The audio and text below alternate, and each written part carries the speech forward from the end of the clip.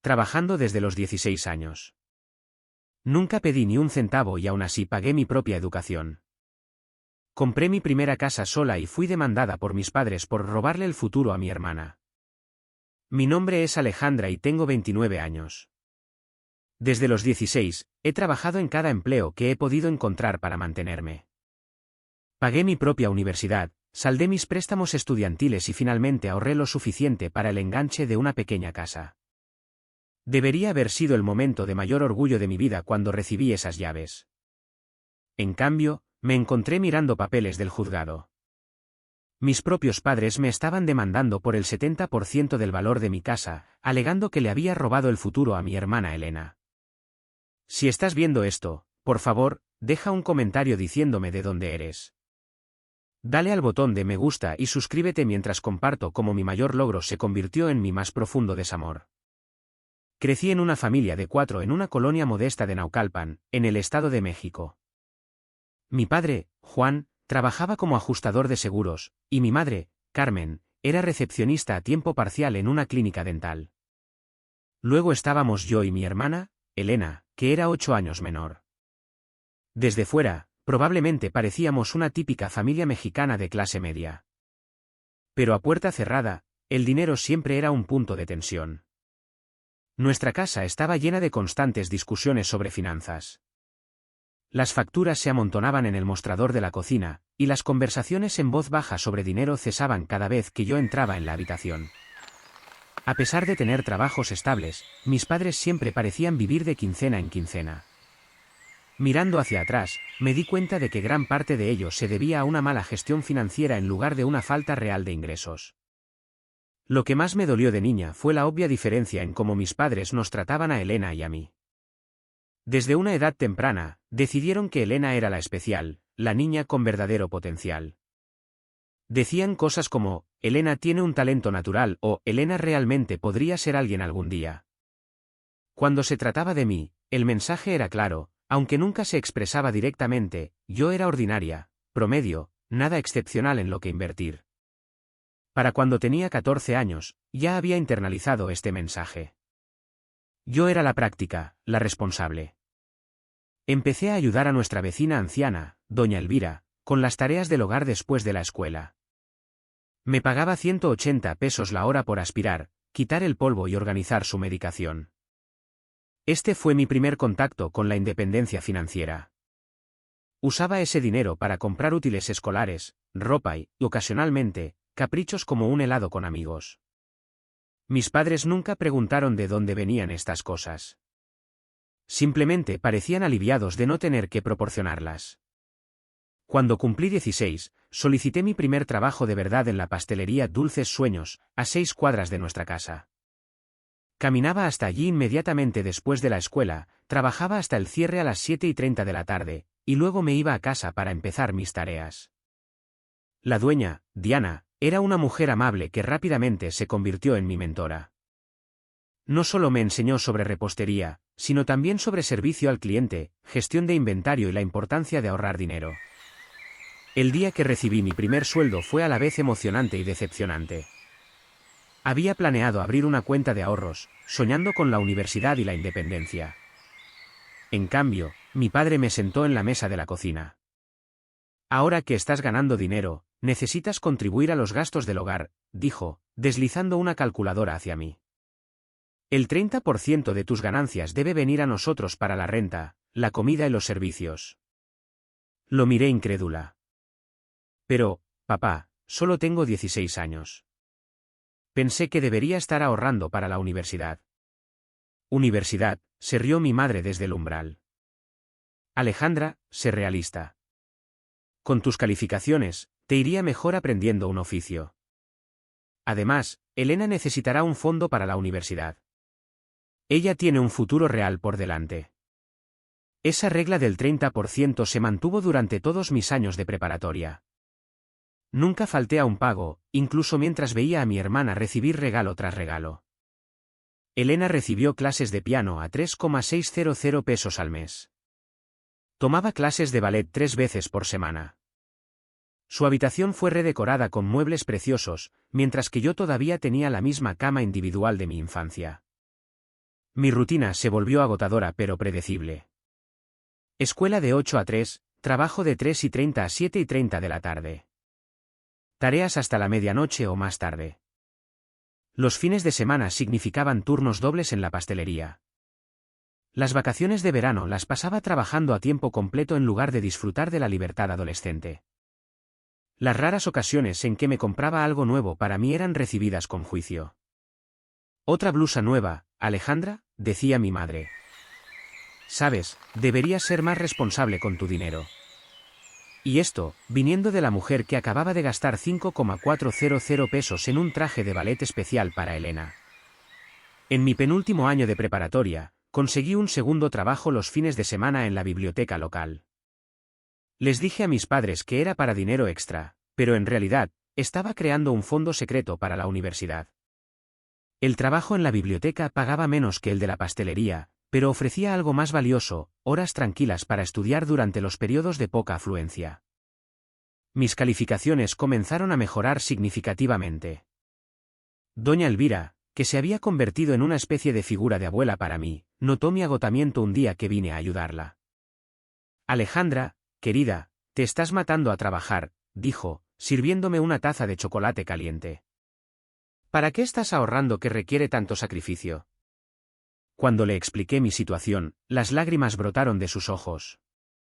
«Tus padres deberían estar apoyando tus sueños, no al revés», dijo. Empezó a pagarme extra, insistiendo en que lo pusiera directamente en mi fondo universitario. En mi último año, había mantenido un promedio de 9,5 a pesar de mi horario de trabajo y había ahorrado casi 144,000 pesos para la universidad. Mi orientador vocacional me ayudó a solicitar becas y ayuda financiera, creyendo en mí cuando mi propia familia no lo hacía. Cuando empezaron a llegar las cartas de aceptación, mis padres parecían más molestos que orgullosos. «La universidad es cara», advirtió mi padre. «No vengas llorando a nosotros cuando no puedas pagarla». Les aseguré que no lo haría. Después de todo, nunca lo había hecho. Cuando recibí mi carta de aceptación de la UNAM con una beca académica parcial, sentí una mezcla de orgullo y terror. La beca cubriría alrededor del 60% de mi matrícula, pero eso dejaba un 40%, más alojamiento y comida, que de alguna manera tenía que pagar. Mis 144,000 pesos cuidadosamente ahorrados apenas cubrirían mis gastos del primer año. La reacción de mis padres a mi aceptación en la universidad fue, en el mejor de los casos, tibia. Durante la cena una noche, compartí con entusiasmo la noticia, esperando al menos algún reconocimiento de mi logro. ¿La UNAM? Es cara para lo que es, comentó mi padre, apenas levantando la vista de su plato. Sabes que no podemos ayudarte con eso. No estoy pidiendo ayuda, respondí. Tengo mi beca y mis ahorros. Me las arreglaré con el resto. Mi madre suspiró dramáticamente. No entiendo por qué necesitas ir. Tienes un trabajo perfectamente bueno en la pastelería.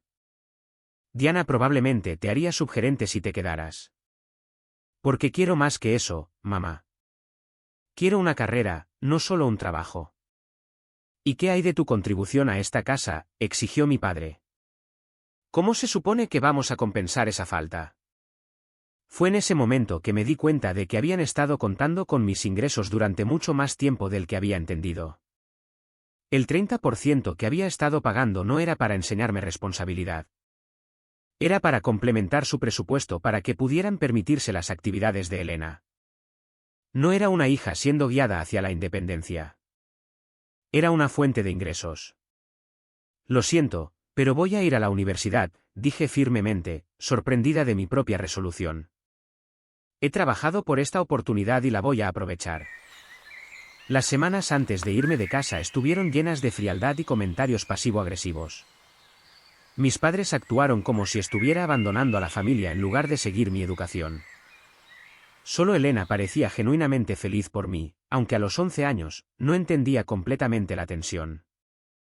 El día de la mudanza al dormitorio fue una experiencia en solitario. Mis padres afirmaron que no podían tomarse tiempo libre del trabajo para llevarme. Así que, empaqué lo que pude en maletas y tomé el autobús al campus. Mi compañera de cuarto, Valeria, llegó con toda su familia, quienes ayudaron a instalar su lado de la habitación con ropa de cama coordinada, cojines decorativos y fotos familiares. Desempaqué mis sábanas de segunda mano y una única foto enmarcada de Elena y yo en silencio. Esa primera noche en el dormitorio, escuchando a Valeria hablar por teléfono con sus padres sobre cuánto los extrañaba ya, lloré en silencio en mi almohada. No porque extrañara a mi familia, sino porque me di cuenta de lo anormal que era realmente mi relación con ellos. La realidad financiera de la universidad golpeó fuerte y rápido. Incluso con mi beca, los costos eran abrumadores. Encontré un trabajo como mesera en un restaurante cerca del campus en mi primera semana. Las horas eran brutales, de 5 de la tarde a 11 de la noche los días de semana, lo que significaba que iba directamente de las clases al trabajo, y luego regresaba a estudiar hasta las primeras horas de la madrugada. Los fines de semana eran turnos dobles, lo que a menudo me dejaba demasiado agotada para socializar con otros estudiantes. Durante mi segundo año, añadí un segundo trabajo como asistente de enseñanza para un curso introductorio de negocios. El pago era mínimo, pero quedaba bien en mi currículum y me dio una experiencia valiosa. Entre los dos trabajos, logré cubrir mis gastos sin contraer préstamos estudiantiles excesivos, aunque todavía tuve que pedir prestado unos 180,000 pesos por año. Mi pequeña habitación de dormitorio se convirtió en mi santuario y mi prisión. La lámpara de escritorio ardía hasta las 3 o 4 de la mañana mientras luchaba por mantenerme al día con las tareas después de turnos agotadores. Las sopas instantáneas Maruchan se convirtieron en mi principal fuente de alimento, no por el cliché del estudiante universitario, sino porque costaban menos de 20 pesos por comida. Rastreaba cada peso en una meticulosa hoja de cálculo de presupuesto, calculando exactamente cuántas horas necesitaba trabajar cada semana para mantenerme a flote. Valeria finalmente se mudó, alegando que mis estudios nocturnos y mis alarmas matutinas interrumpían su sueño. Fue reemplazada por Jessica, una estudiante becada que también trabajaba a tiempo parcial. Jessica entendió mi situación de una manera que Valeria nunca pudo, y rápidamente nos hicimos amigas. Mis padres ayudan cuando pueden, pero somos 5 hijos en mi familia, explicó una noche mientras ambas estudiábamos hasta tarde. Soy la primera en ir a la universidad, así que soy como el experimento. Al menos te apoyan emocionalmente, dije, sin intención de sonar amargada, pero fallando. Jessica me miró pensativa. Tu situación familiar suena realmente tóxica, Alejandra. ¿Alguna vez has hablado con alguien sobre ello? Como un terapeuta. Me reí. ¿Con qué tiempo o dinero? La terapia es un lujo que no puedo permitirme. A pesar de los desafíos, sobresalí académicamente. Mis clases de finanzas y negocios se sentían relevantes y prácticas después de años de gestionar mi propio presupuesto limitado. Los profesores comenzaron a notar mi ética de trabajo, y uno me recomendó para una pasantía de verano en Servicios Financieros Meridian después de mi penúltimo año. La pasantía fue un punto de inflexión.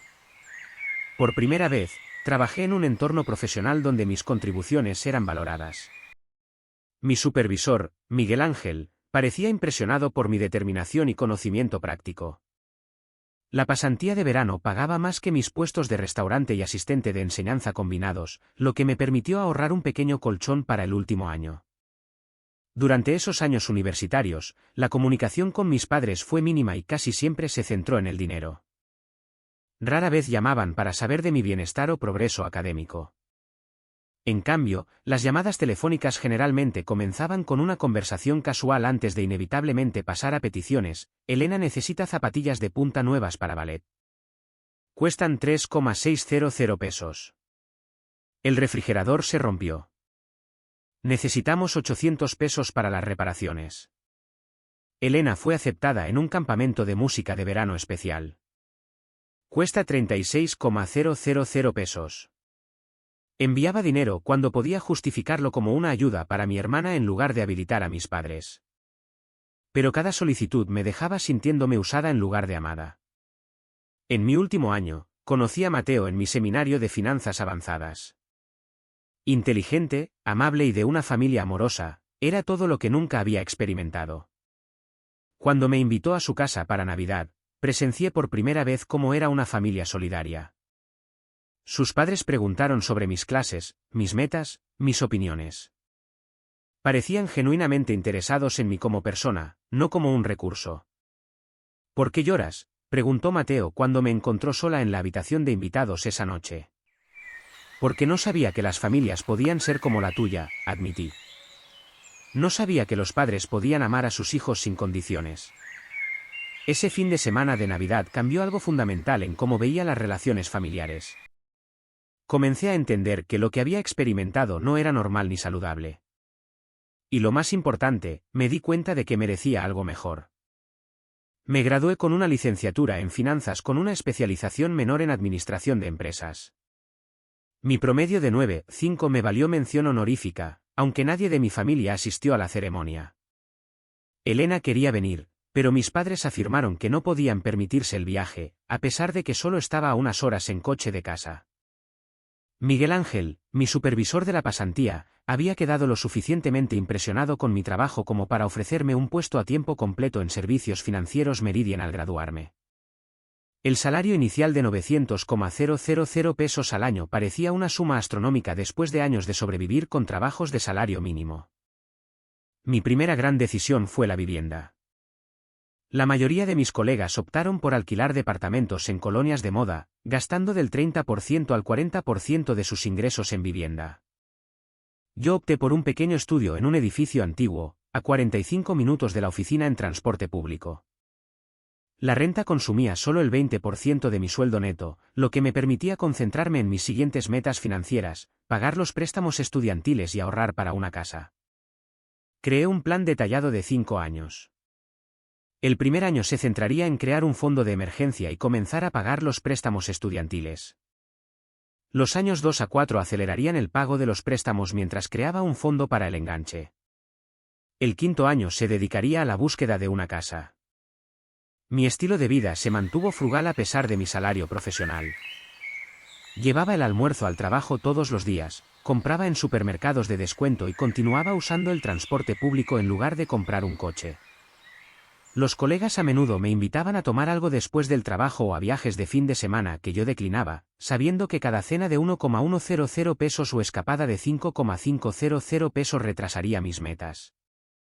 Jessica siguió siendo mi amiga más cercana, entendiendo mi determinación de una manera que otros no lo hacían. Había conseguido un puesto de profesora en una preparatoria local y compartía mi valor de la independencia financiera. La mayoría de la gente de nuestra edad no está pensando en cuentas para el retiro o tasas hipotecarias, se rió una noche mientras revisábamos mi hoja de cálculo de presupuesto con una pizza barata en mi departamento. La mayoría de la gente de nuestra edad no tuvo que pagar renta a sus padres a los 16, respondí. Mi relación con Mateo había evolucionado de compañeros de clase a amigos cercanos y a algo más complicado. Él respetaba mis metas financieras, pero le costaba entender por qué me esforzaba tanto. Mereces disfrutar de la vida ahora, no solo prepararte para un futuro que quizás nunca llegue, argumentaba durante nuestras frecuentes discusiones sobre mi rígido presupuesto. Estoy disfrutando de la vida, insistía yo. La seguridad financiera vale más para mí que los placeres temporales. Nuestras diferentes perspectivas finalmente nos llevaron a la decisión mutua de seguir siendo amigos en lugar de buscar una relación romántica. Aunque doloroso, esta elección me permitió mantener el enfoque en mis metas sin compromisos. En el trabajo, mi dedicación y perspicacia financiera no pasaron desapercibidas. En 18 meses, recibí mi primer ascenso a analista financiero, con un aumento de sueldo a 116,000 pesos al año. En lugar de expandir mi estilo de vida, mantuve mis hábitos frugales y dirigí los ingresos adicionales a mis préstamos estudiantiles. Al final de mi tercer año en Meridian, había pagado mis 720,000 pesos en préstamos estudiantiles, creado un fondo de emergencia de 216,000 pesos y comenzado a ahorrar seriamente para el enganche de una casa. El logro se sentía monumental. Sin embargo, no tenía a nadie con quien compartirlo de verdad que entendiera su significado. Durante este tiempo, mi relación con mi familia se mantuvo tensa y unilateral. El patrón establecido durante la universidad continuó, comunicación escasa excepto cuando surgían necesidades financieras. Elena estaba ahora en la preparatoria, sobresaliendo en música y estudios. Mis padres hablaban de su potencial con la misma reverencia de siempre, y sus expectativas para su futuro eran grandiosas. El profesor de piano de Elena cree que podría entrar en el Conservatorio Nacional de Música, anunció mi madre durante una de nuestras infrecuentes llamadas telefónicas. Por supuesto, el proceso de solicitud y la preparación para la audición serán caros. La declaración quedó en el aire, la petición no dicha era clara. Ya había enviado 54,000 pesos ese año para diversos gastos relacionados con las actividades de Elena. Cada vez me decía a mí misma que era para el beneficio de mi hermana, no de mis padres. Pero la línea se estaba volviendo cada vez más borrosa. Mamá, tengo mis propias metas financieras en las que estoy trabajando, dije con cuidado. No puedo ser el fondo universitario de Elena. El silencio al otro lado fue gélido. Veo que el futuro de tu hermana no significa nada para ti ahora que tienes tu trabajo elegante en tu departamento de la ciudad. El chantaje emocional era familiar, pero esta vez algo en mí se resistió. Eso no es justo. He ayudado mucho a lo largo de los años, pero no se puede esperar que financie la educación de otra persona cuando acabo de terminar de pagar la mía. La conversación terminó mal, con mi madre afirmando que había cambiado, que me había vuelto egoísta y fría. Estas acusaciones me dolieron, pero me mantuve firme en mis límites. 2 semanas después, mi padre llamó con un enfoque más directo. Elena fue aceptada en el TEC de Monterrey. La colegiatura completa de 4 años es de 720,000 pesos por año. Necesitamos saber cuánto puedes contribuir. El TEC de Monterrey era una prestigiosa universidad privada conocida por sus programas y sus costos astronómicos. Me quedé atónita tanto por la suposición de que contribuiría como por la cantidad en cuestión. Papá, eso es casi 3 millones de pesos en total. No tengo esa cantidad de dinero para dar. Ganas buen dinero ahora. Podrías sacar un préstamo para ayudar a tu hermana. Eso es lo que hace la familia. La ironía de su declaración no pasó desapercibida. La familia se ayuda mutuamente cuando puede. Nadie me ayudó con mi educación. Eso fue diferente. Tú siempre fuiste independiente. No me dieron otra opción, respondí. La conversación se disolvió en acusaciones y viejos resentimientos. Mi padre finalmente colgó después de decirme que le estaba rompiendo el corazón a mi madre con mi egoísmo. A pesar del costo emocional que estas interacciones tuvieron, me mantuve comprometida con mi plan financiero. Cuando la propia Elena llamó para preguntar sobre la financiación de la universidad, adopté un enfoque diferente. No puedo pagar tu colegiatura, Elena, pero puedo ayudarte a solicitar becas, buscar escuelas más asequibles y enseñarte a administrar el dinero para que puedas ser independiente, como tuve que serlo yo. Su respuesta me sorprendió. Nunca les pedí que te cargaran con esto, Alejandra. Sé lo duro que trabajaste por todo lo que tienes. Esa conversación fue la primera conexión genuina que había sentido con mi hermana en años. Empezamos a hablar más regularmente, conmigo sirviendo como caja de resonancia y consejera, en lugar de una chequera. La ayudé a solicitar becas y ayuda financiera, lo que resultó en un paquete sustancial de una universidad estatal comparable a la que yo había asistido. Mis padres estaban decepcionados por su elección, viéndola como conformarse con menos de lo que merecía. Continuaron presionándome para que contribuyera, dinero que yo había destinado específicamente para los libros de texto o los suministros del dormitorio de Elena. Para mi 5º año en Meridian, ahora como analista financiera senior con un salario de 1,404,000 pesos al año, había ahorrado lo suficiente para un enganche del 20% en una casa modesta. Mis años de sacrificio y disciplina estaban a punto de dar sus frutos en forma de la estabilidad que había anhelado desde la infancia. Lo que no anticipé fue cómo reaccionaría mi familia a este hito, o cómo su reacción cambiaría nuestra relación para siempre. La búsqueda de casa fue a la vez emocionante y aterradora. Tenía criterios específicos, una casa pequeña pero bien mantenida en una colonia segura con buen acceso al transporte público, con un precio inferior a 4,5 millones de pesos. Mi agente inmobiliaria, Natalia, fue paciente mientras veíamos docenas de propiedades durante 3 meses. La mayoría de los compradores primerizos de tu edad buscan departamentos o siguen rentando, comentó durante uno de nuestros días de búsqueda. Es impresionante que estés en posición de comprar una casa directamente. Sonreí, sintiendo un raro momento de orgullo. He estado trabajando para esto desde los 16 años. Finalmente, encontramos un bungalow de los años 70 con 2 recámaras, un baño, una cocina pequeña pero funcional y un pequeño patio trasero. A 3,960,000 pesos, estaba dentro de mi presupuesto.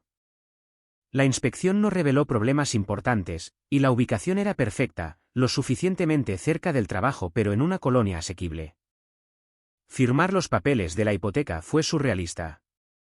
A pesar de años de planificar este momento, apenas podía creer que estaba sucediendo. El ejecutivo del crédito comentó que era inusual ver a alguien de mi edad con una base financiera tan sólida. La mayoría de la gente de tu edad tiene un historial crediticio mínimo y montañas de deuda estudiantil, dijo mientras yo firmaba los documentos finales. Pagué mis préstamos estudiantiles hace 3 años, respondí, incapaz de ocultar el orgullo en mi voz. El día que recibí las llaves, me quedé sola en la sala vacía de mi nueva casa, abrumada por la emoción. Esta casa representaba no solo una inversión financiera, sino también una psicológica. Era la prueba tangible de que había superado mi crianza, de que podía proveerme a mí misma lo que mis padres nunca tuvieron, seguridad. Jessica y Mateo me ayudaron con la mudanza, trayendo regalos de inauguración y champán para celebrar. Nos sentamos en el suelo comiendo pizza ya que aún no había comprado muebles. Por Alejandra, brindó Jessica, levantando su vaso de plástico, quien trabajó más duro que nadie que conozco para llegar aquí. Por tener raíces, añadió Mateo. Algo que mereces más que nadie. Después de instalarme durante unas semanas, decidí que era hora de invitar a mi familia a ver la casa. A pesar de nuestra tensa relación, este era un hito que quería compartir con ellos. Quizás, pensé ingenuamente, ver mi éxito los enorgullecería. Llegaron un sábado por la tarde, mi padre examinando críticamente el exterior mientras subían por el sendero hacia la puerta principal. Es pequeña, fue su primer comentario al entrar. El tamaño perfecto para mí, respondí, tratando de mantener un tono positivo. Mi madre caminó por las habitaciones con una expresión de ligero disgusto, tocando superficies y buscando defectos. Esta colonia no es muy exclusiva, ¿verdad? Es segura y conveniente para mi oficina, expliqué. Elena, ahora en su 2º año de universidad, parecía genuinamente feliz por mí. Creo que es increíble, Alejandra. Trabajaste muy duro por esto. Había preparado el almuerzo, con la esperanza de crear un ambiente agradable para lo que esperaba que pudiera ser un nuevo capítulo en nuestra dinámica familiar.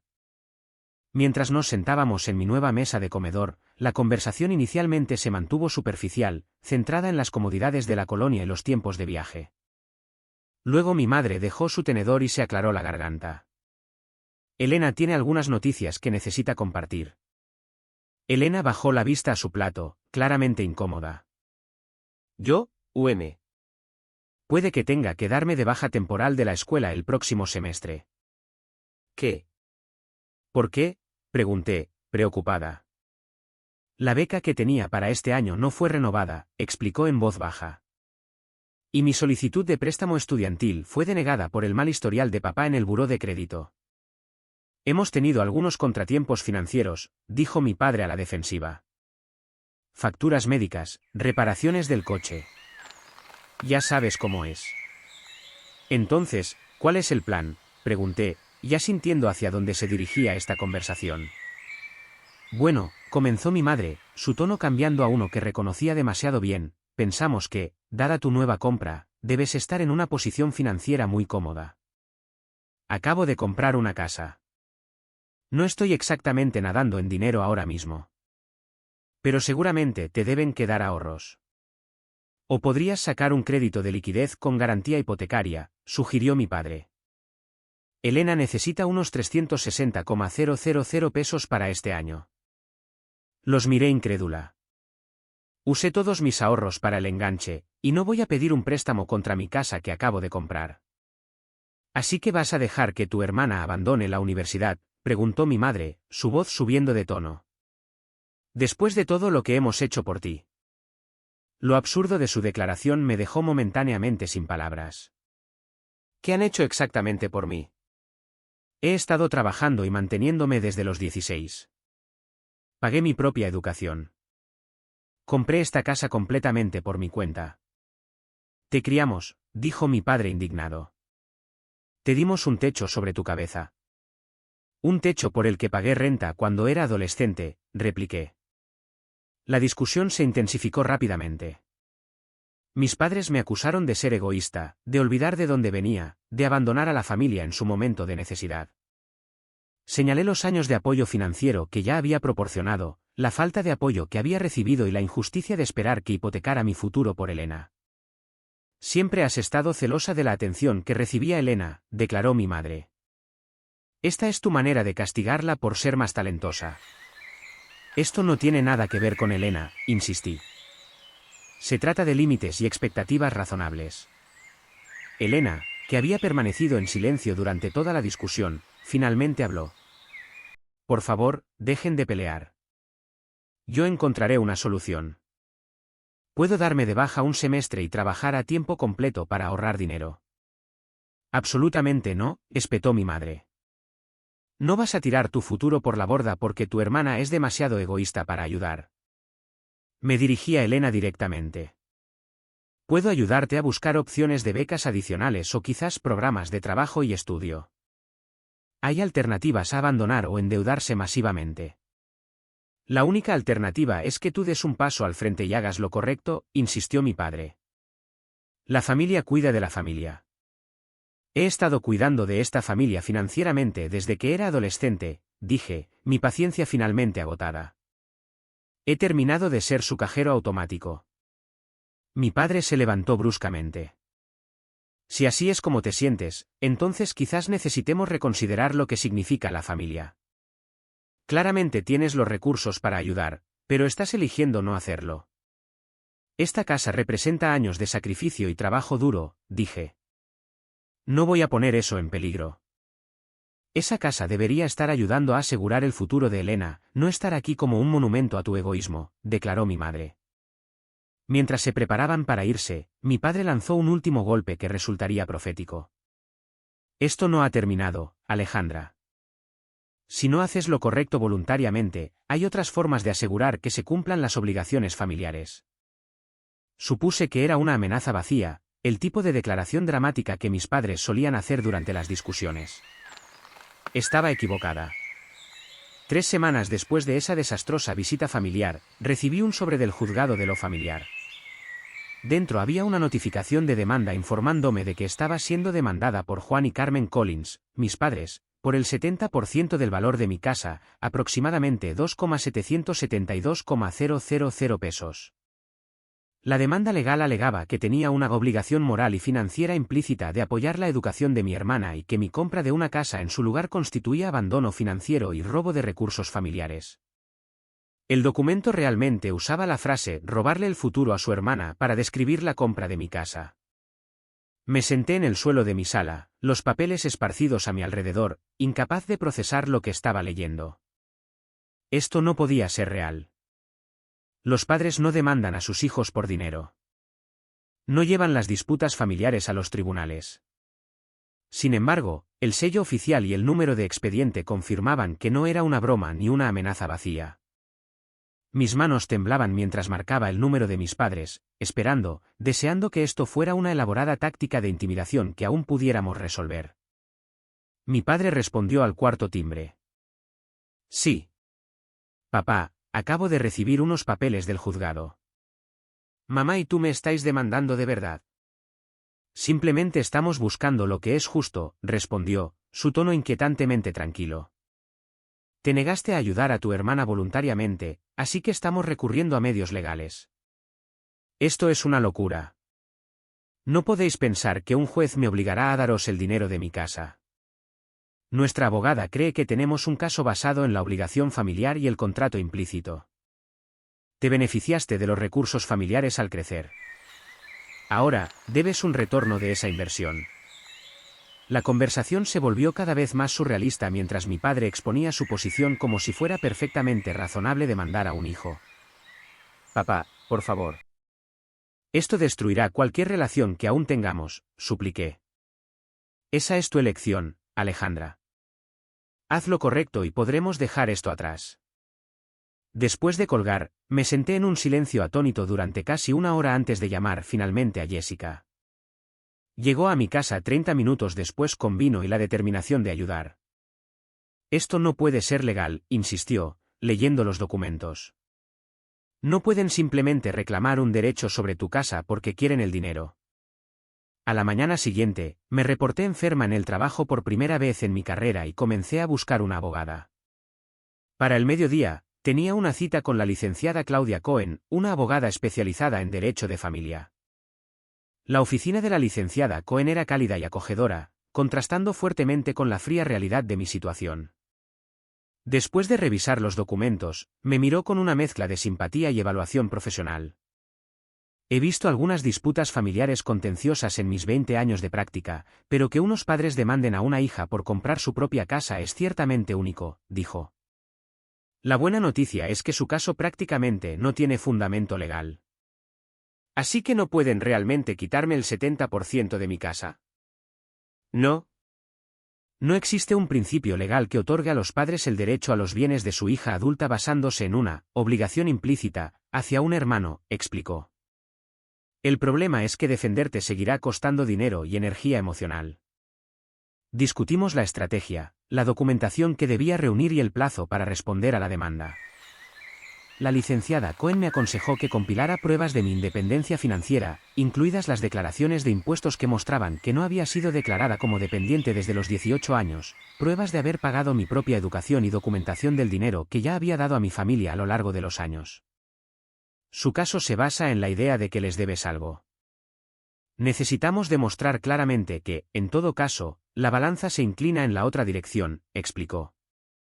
Las siguientes semanas fueron un torbellino de preparativos legales, ansiedad y sueño interrumpido. Mi rendimiento en el trabajo se resintió mientras luchaba por concentrarme. Afortunadamente, mi supervisor, Miguel Ángel, se había convertido en una especie de mentor a lo largo de los años y notó mi distracción. Cuando finalmente le expliqué la situación, su reacción validó lo que había comenzado a entender. Alejandra, lo que tus padres están haciendo no es normal. Es explotador y abusivo. Escuchar a alguien en una posición de autoridad nombrar la dinámica tan claramente fue a la vez doloroso y liberador. Había pasado tantos años normalizando el comportamiento de mi familia, poniendo excusas y aceptando la culpa. Ahora, personas externas confirmaban lo que solo recientemente había comenzado a reconocer: mi relación con mis padres era fundamentalmente insana. El apoyo vino de lugares inesperados. Los colegas ofrecieron ánimo y ayuda práctica. Mis vecinos, al escuchar fragmentos de la situación, me trajeron comidas durante los días particularmente estresantes de preparación legal. Incluso Mateo, a pesar de nuestra complicada historia, se convirtió en una presencia constante, ayudándome a organizar los registros financieros y brindando apoyo emocional. Jessica sugirió que buscara un terapeuta para ayudarme a procesar el impacto emocional de la demanda. Esto es un trauma, Alejandra. Necesitas apoyo profesional para superarlo. Encontré a la doctora Rivas, una terapeuta especializada en distanciamiento familiar y abuso financiero, que ofrecía cuotas de recuperación.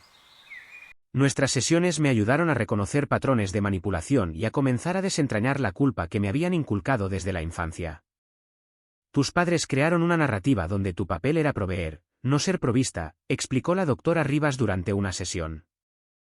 Los hijos no se suponen que sean activos financieros para sus padres.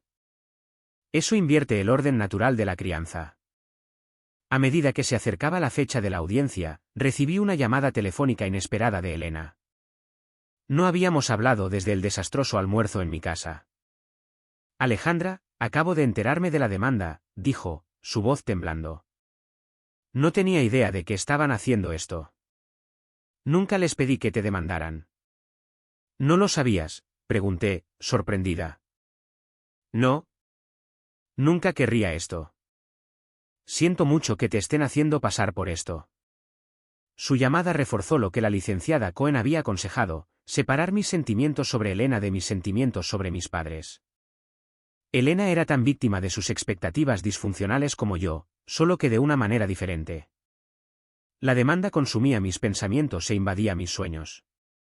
Tenía pesadillas sobre quedarme sin hogar, sobre jueces ordenándome entregar las llaves de mi casa. Durante las horas de vigilia, revisaba obsesivamente mis cuentas bancarias y calculaba cómo sobreviviría si sucediera lo imposible y perdiera el caso. La licenciada Cohen me aseguró repetidamente que tal resultado era extremadamente improbable.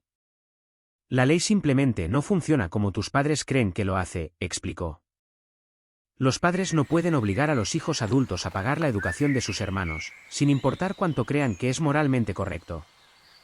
Aún así, la mera existencia de la demanda se sentía como una profunda violación.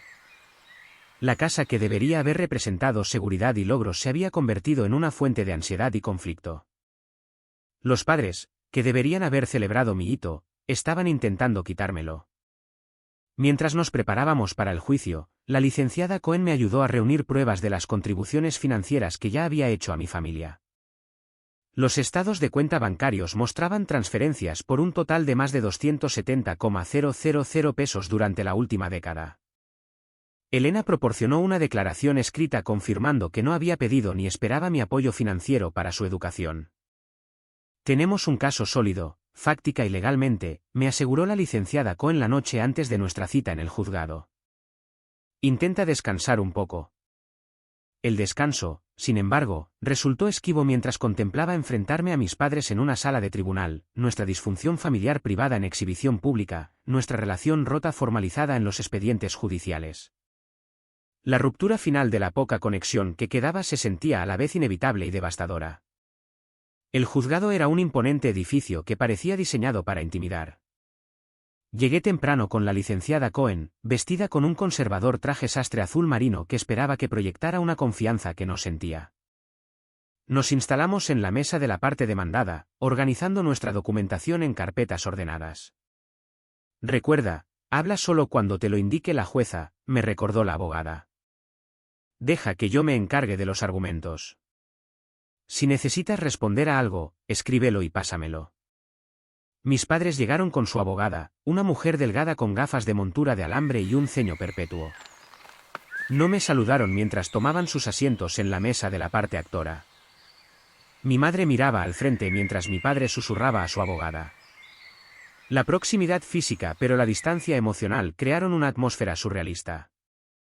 La jueza Harriet Wilson entró en la sala, una mujer de unos 60 años con el pelo plateado y una expresión que sugería que había visto de todo en sus años en el estrado. Después de las presentaciones preliminares, revisó el expediente del caso con el ceño fruncido. Llevo 17 años en el estrado, comenzó, mirando por encima de sus gafas de lectura a ambas partes. Y debo decir que esta es una de las disputas familiares más inusuales que he encontrado. Señor. Y señora Collins, están demandando a su hija por el 70% del valor de su casa para pagar la educación universitaria de su hija menor. ¿Es eso correcto? La abogada de mis padres se puso de pie. Sí, su señoría. Mis clientes creen que su hija mayor tiene una obligación moral de apoyar la educación de su hermana, particularmente dadas las contribuciones financieras de la familia a su crianza. La expresión de la jueza Wilson se mantuvo neutral, pero su tono se agudizó. Las obligaciones morales y las obligaciones legales no siempre son lo mismo, licenciada. Por favor, explique la base legal de su reclamo. Lo que siguió fue un argumento tortuoso sobre contratos familiares implícitos y apoyo condicional durante la minoría de edad. La abogada afirmó que al aceptar el apoyo parental de niña, yo había aceptado implícitamente una obligación recíproca de apoyar a mi hermana. La licenciada Cohen tomaba notas con calma a mi lado, apretando mi brazo de vez en cuando para tranquilizarme cuando se hacían afirmaciones particularmente escandalosas. Cuando fue su turno de hablar, se levantó con una confianza serena. Su señoría, este caso no tiene fundamento en el derecho de familia ni en el derecho contractual. La señorita Collins era una niña menor de edad bajo el cuidado de sus padres, lo cual es una obligación legal que los padres asumen voluntariamente cuando tienen hijos. Los hijos no contratan para recibir las necesidades básicas de sus padres. Desmanteló metódicamente cada argumento, presentando documentación de mi independencia financiera desde los 16 años, incluidas las declaraciones de impuestos que mostraban que no había sido declarada como dependiente desde la preparatoria, pruebas de haber financiado mi propia educación y registros bancarios que mostraban la considerable ayuda financiera que ya había proporcionado a mi familia a lo largo de los años.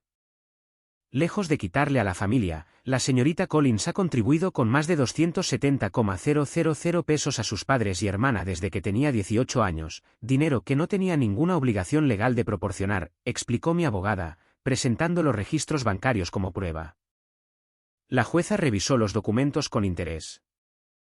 Señor y señora Collins, ¿eran conscientes de estas contribuciones financieras de su hija? Mi padre se movió incómodo. Esos fueron regalos, no relacionados con este asunto.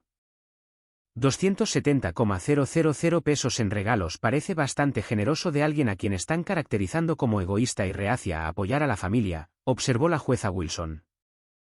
Mi madre habló por primera vez. Ese dinero no fue nada comparado con lo que Elena necesita para su educación.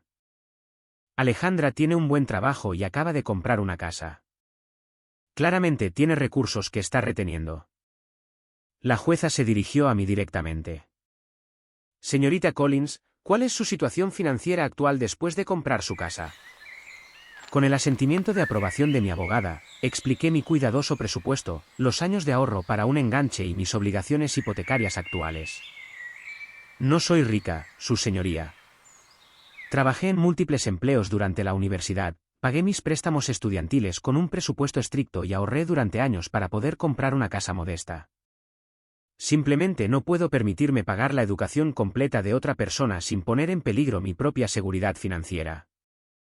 La jueza Wilson asintió pensativamente antes de volverse hacia mis padres.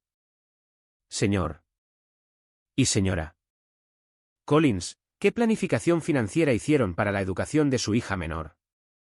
Mis padres intercambiaron miradas incómodas.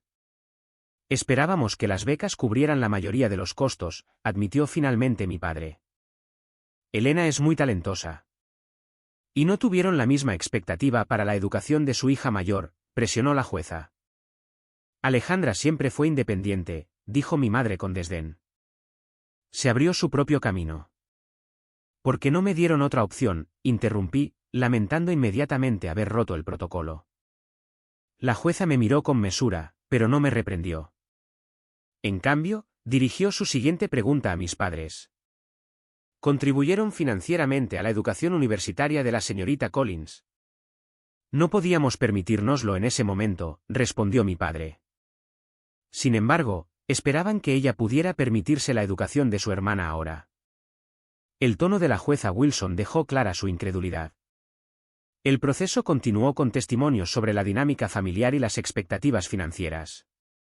La abogada de mis padres intentó enmarcar la situación como una simple disputa familiar donde el tribunal debería imponer la equidad entre hermanos.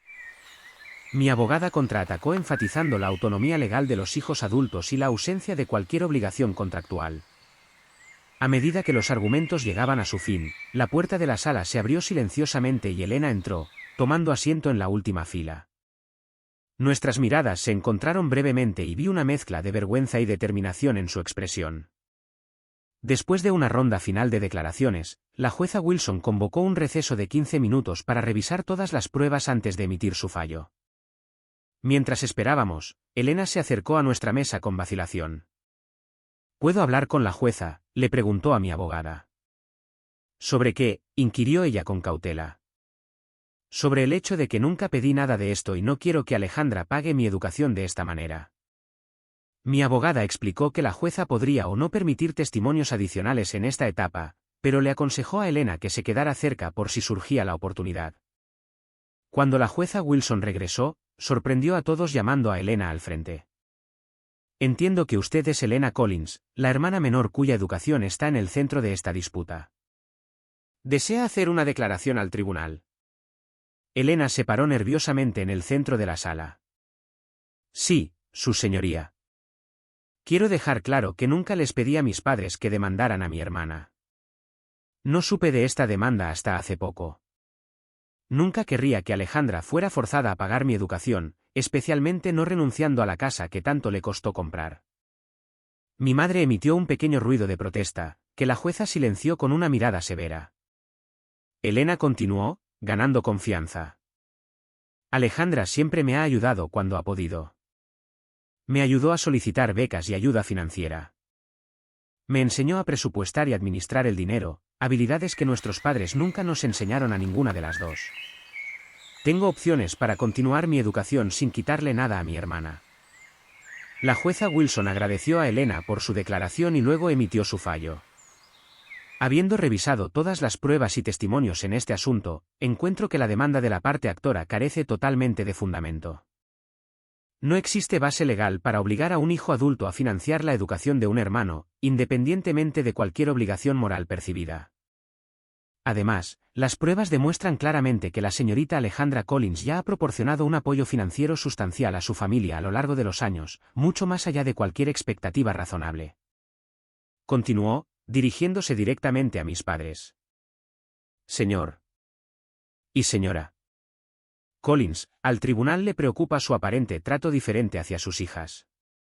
Parece que esperaban independencia financiera de una mientras asumían un apoyo continuo para la otra. Este no es un asunto para un remedio legal, sino más bien para terapia familiar.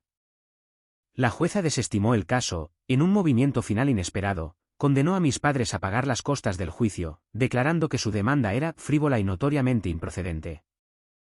A medida que la sala comenzaba a despejarse, permanecí sentada, abrumada por la finalidad de lo que acababa de ocurrir. La batalla legal había terminado, pero el daño emocional parecía irreparable. Mis padres se fueron sin hablarme, sus espaldas rígidas y su paso acelerado transmitían su enojo por el resultado. Elena se acercó tímidamente. Alejandra, lo siento mucho por todo esto. No es tu culpa, le aseguré. ¿Podemos hablar? Quizás tomar un café o algo. Asentí, sin confiar en mí misma para hablar más. Lo que viniera después en nuestras relaciones familiares, nada volvería a ser igual. La demanda había forzado una confrontación con décadas de disfunción que ya no podían ser ignoradas o excusadas. Mientras mi abogada recogía nuestros materiales, ofreció una observación amable. El distanciamiento familiar es doloroso, Alejandra, pero a veces es necesario para que comience la sanación. Has establecido legalmente tu derecho a tener límites. Ahora puedes comenzar el proceso de los límites emocionales también. Al salir del juzgado, sentí una compleja mezcla de reivindicación, duelo y, sorprendentemente, esperanza. Por primera vez en mi vida, me había defendido públicamente contra las expectativas y demandas de mis padres. Aunque la victoria se sentía vacía dadas las circunstancias, representaba un primer paso crucial hacia un futuro más saludable. Los días siguientes a la audiencia judicial pasaron en un torbellino de emociones conflictivas, alivio de que la amenaza legal a mi hogar se hubiera ido, mezclado con una profunda tristeza por el estado de mis relaciones familiares. Me tomé una semana libre en el trabajo para procesar lo que había sucedido, pasando días tranquilos en la casa que se había convertido tanto en santuario como en campo de batalla. No supe de mis padres, ni esperaba hacerlo. La sala del tribunal había hecho explícito lo que había sido implícito durante años: nuestra relación estaba fundamentalmente rota, construida sobre la obligación en lugar del amor, la expectativa en lugar de la aceptación. La demanda no había creado esta disfunción, sino que simplemente la había expuesto de la manera más dura posible. Había recomendado continuar con la terapia, un consejo que tomé en serio. La doctora Rivas me ayudó a entender que el duelo por una relación que nunca existió sigue siendo un duelo válido. Estás de luto por los padres que merecías pero que nunca tuviste, explicó durante una sesión. Esa pérdida es real, incluso si la relación en sí era insana. Trabajamos en establecer lo que ella llamó límites internos, la contraparte emocional de los límites legales que el tribunal había afirmado. Aprendí a reconocer y desafiar la voz de la culpa que me habían inculcado desde la infancia, la creencia de que era egoísta por tener mis propias necesidades y deseos. 2 semanas después del caso judicial, Elena y yo nos reunimos para tomar un café en un lugar neutral. La conversación fue incómoda al principio, años de dinámica familiar creando una barrera invisible entre nosotras. Me mudé de la casa de mamá y papá, dijo después de que la charla trivial inicial se agotara. Me estoy quedando con mi amiga Sofía hasta que resuelva las cosas. ¿Sigues en la escuela?, pregunté. Ella asintió. Reduje mi carga de materias y conseguí un trabajo en la librería del campus. Me llevará más tiempo graduarme, pero lo conseguiré. También solicité becas adicionales, como sugeriste. Estoy orgullosa de ti, Elena, dije, sinceramente. Tomar el control de tu propio camino no es fácil. Tuve un buen ejemplo, respondió, mirándome directamente a los ojos. Siempre admiré lo independiente que eras, aunque no entendí hasta hace poco que no fue por elección. Esa conversación marcó el comienzo de una nueva relación entre nosotras, una basada en el respeto mutuo en lugar de la dinámica competitiva que nuestros padres habían fomentado. Elena comenzó a compartir sus luchas y triunfos conmigo como una igual, en lugar de como la hija favorecida que busca limosnas. A medida que pasaban los meses, lentamente reconstruí mi vida en torno a la verdad en lugar de la mitología familiar. Mi hogar, ahora libre de amenazas legales, se convirtió en un verdadero refugio. Pinté paredes, planté un pequeño jardín y gradualmente amueblé las habitaciones con piezas que me traían alegría. Cada mejora se sentía como una afirmación de mi derecho a crear seguridad para mí misma. El trabajo proporcionó otra fuente de estabilidad. Miguel Ángel, comprendiendo la crisis personal que había superado, me ofreció responsabilidades adicionales que llevaron a otro ascenso. El aumento de ingresos me permitió comenzar una modesta cartera de inversiones, avanzando en mi objetivo de seguridad financiera a largo plazo. Jessica siguió siendo una amiga incondicional, celebrando pequeñas victorias y brindando perspectiva durante los momentos de duda. «¿Sabes lo que más me asombra de ti?», dijo durante un sábado que pasamos ayudándome a instalar estantes en la cocina. «Tu capacidad para la alegría, a pesar de todo. Nunca te amargaste». Su observación me sorprendió, ya que no había reconocido esta cualidad en mí misma. Pero tenía razón. A pesar de la disfunción familiar, no había permitido que definiera toda mi visión del mundo. Todavía encontraba placer en las pequeñas cosas. Todavía creía en la posibilidad de relaciones saludables. Inspirada por mi propio viaje, comencé un blog sobre independencia financiera para jóvenes adultos de entornos familiares difíciles. La respuesta fue abrumadora, con cientos de comentarios de personas que compartían experiencias similares. Lo que comenzó como una salida personal evolucionó hacia una comunidad de apoyo en línea con videochats regulares e intercambio de recursos. A través de esta plataforma, me conecté con otras personas que entendían los desafíos particulares de construir estabilidad sin apoyo familiar.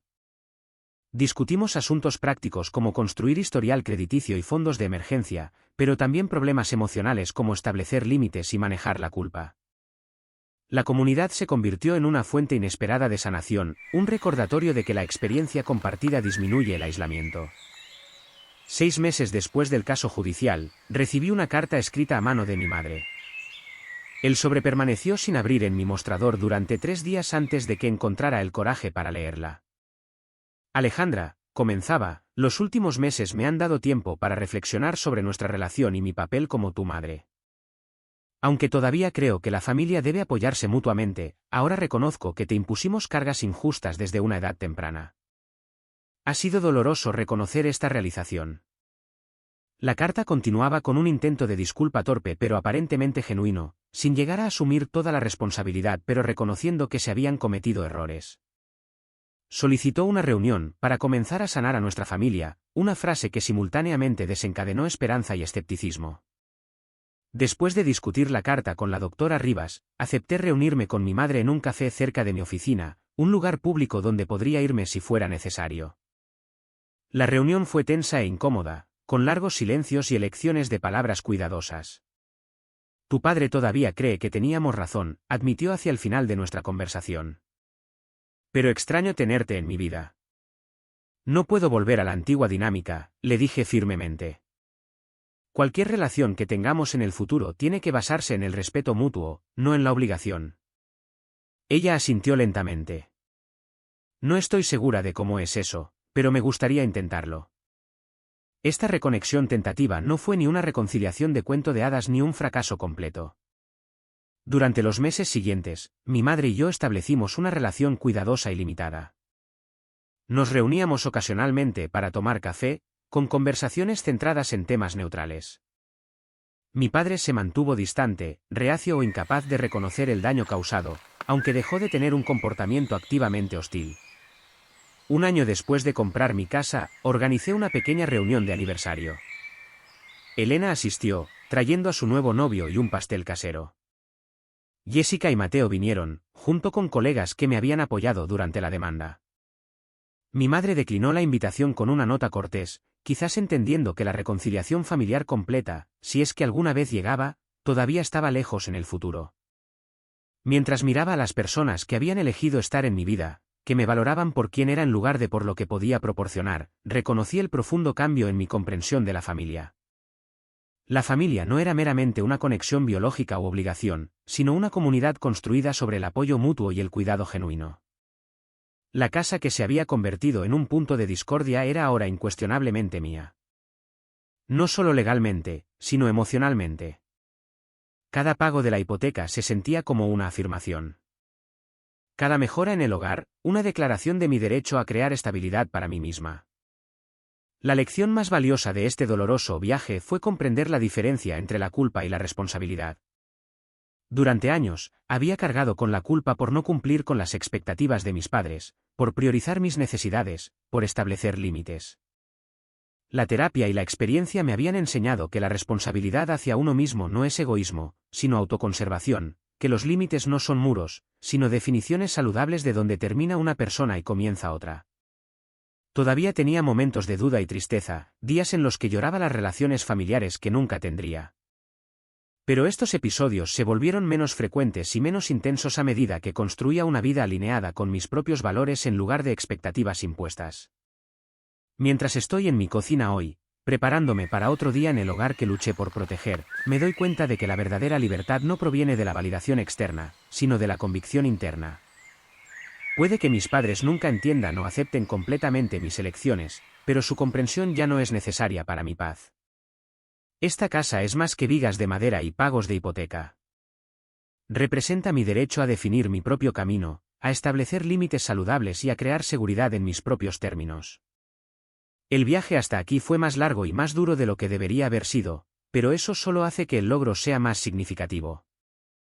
¿Qué harías si te enfrentaras a una elección entre las expectativas familiares y tu propio bienestar? ¿Alguna vez has tenido que establecer límites difíciles con tus seres queridos?